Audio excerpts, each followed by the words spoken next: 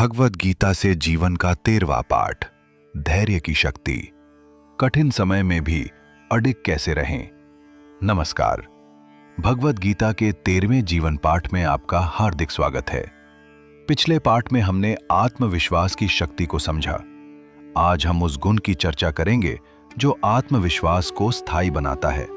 वो है धैर्य। जीवन में हर व्यक्ति कठिन समय से गुजरता है। कभी प्रयास के बाद भी सफलता नहीं मिलती, कभी अपने ही लोग समझ नहीं पाते, कभी परिस्थितियां हमारे विरुद्ध दिखाई देती हैं।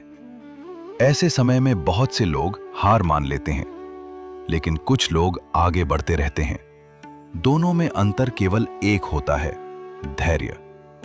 भगवद गीता हमें सिखाती है कि जो व्यक्ति परिस्थितियों से घबराकर अपना कर्तव्य छोड़ देता है, वो अपने लक्ष्य से दूर हो जाता है। लेकिन जो व्यक्ति धैर्यपूर्वक कर्म करता ट्रांसपोर्टेड करता है, उसके प्रयास एक दिन अवश्य फल देते हैं।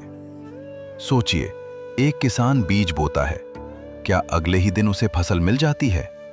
नहीं, वह मिट्टी तैयार करता है, पानी देता है, धूप और वर्षा का इंतजार करता है, कई महीने तक नियमित परिश्रम करता है, तब जाकर खेत लहलहाता है।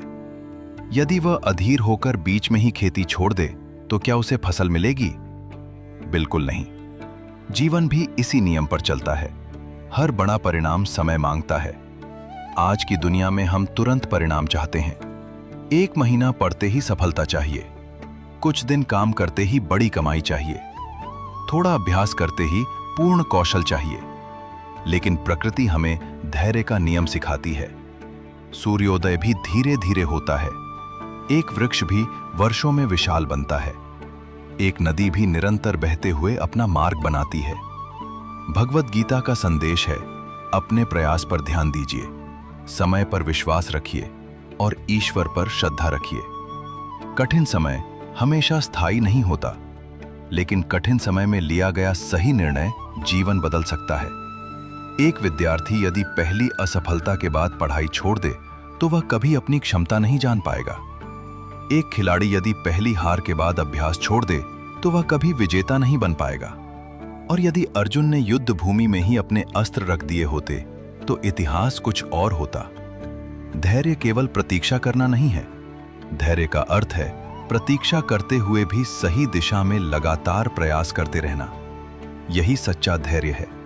जब जीवन आपकी परीक्षा ले, तब शिकायत कम और प्रयास अधिक कीजिए। जब रास्ता कठिन लगे, तब अपने उद्देश्य को याद कीजिए। जब मन हार मानने लगे, तब अब तक की अपनी यात्रा को याद कीजिए।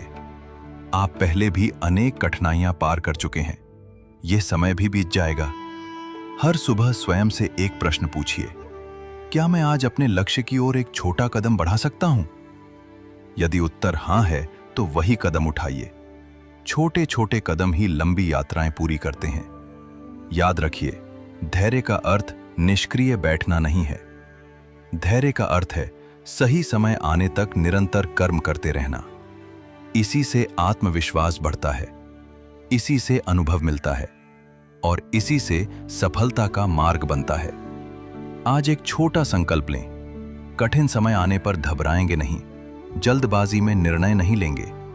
हर परिस्थिति में शांत रहकर सही कर्म करते रहेंगे और विश्वास रखेंगे कि ईमानदार प्रयास कभी व्यर्थ नहीं जाते। भगवद गीता हमें यही प्रेरणा देती है कि धैर्यवान व्यक्ति ही अंततः स्थायी सफलता प्राप्त करता है।